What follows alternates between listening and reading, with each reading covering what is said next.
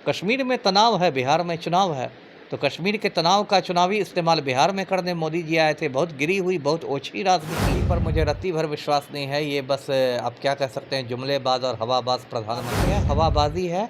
जातीय जनगणना ये बीजेपी आरएसएस वाले नहीं करवाएंगे, क्योंकि इससे हिंदू धर्म के अंदर की का विरोधाभास कहते हैं कि हम तो साल में 300 दिन मखाना ही खाते हैं, है ना।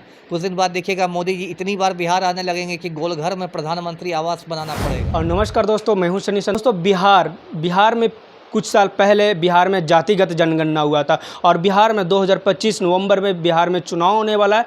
इसी कड़ी को लेकर प्रधानमंत्री मोदी जी का एक बड़ा बयान आ रहा है। ऐसा कहा जा रहा है कि पूरे देश में जातिगत जनगणना मोदी सरकार करेगी। इन्हीं तमाम मुद्दों पर हम बातचीत करेंगे। हमारे साथ बातचीत करने के लिए पूर्व IPS अधिकारी अमिताभ दास सर हैं, उनसे हम बातचीत करेंगे। सर नमस्कार। सर जी नमस्ते। मोदी जी बोल रहे हैं कि हम पूरे देश में जातिगत जनगणना करेंगे, कैसे देख रहे हैं इस बयान को?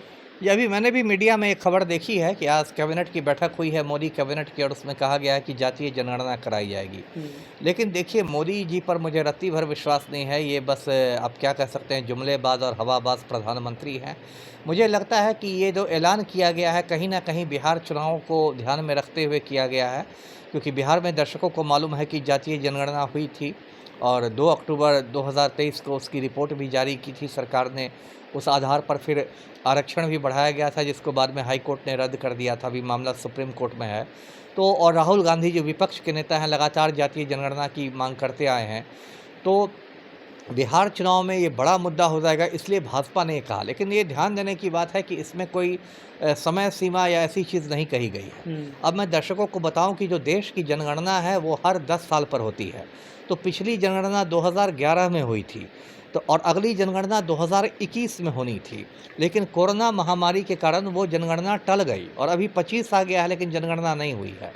तो 25 भी निकल जाएगा, 26, 27, 28 सब निकल जाएगा। ये सब कुछ होगा नहीं। ये मोदी का जुमला है। जैसे एक समय कहते थे कि हर हिंदुस्तानी के अकाउंट में 15-15 लाख रुपए आ जाएंगे।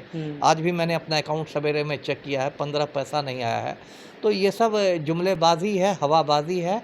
जातीय जनगणना ये बीजेपी आरएसएस वाले नहीं करवाएंगे, क्योंकि इससे हिंदू धर्म के अंदर की का विरोधाभास बाहर निकल जाएगा। तो ये सब नहीं करवाने वाला है। ये सब बिहार के मतदाताओं को मूर्ख बनाने की एक कवायद है। क्या लग रहा है, ये बिहार चुनाव को देखकर ही सिर्फ किया गया है, इसके और कोई अलग कोई परिणाम नहीं? कुछ नहीं। अभी देखिए, बिहार में चुनाव है तो सबका बिहार प्रेम बढ़ा हुआ है। अभी निर्मला सीतारमण ने बजट पेश किया था तो मधुबनी प्रिंट की साड़ी पहन के बजट पेश किया था।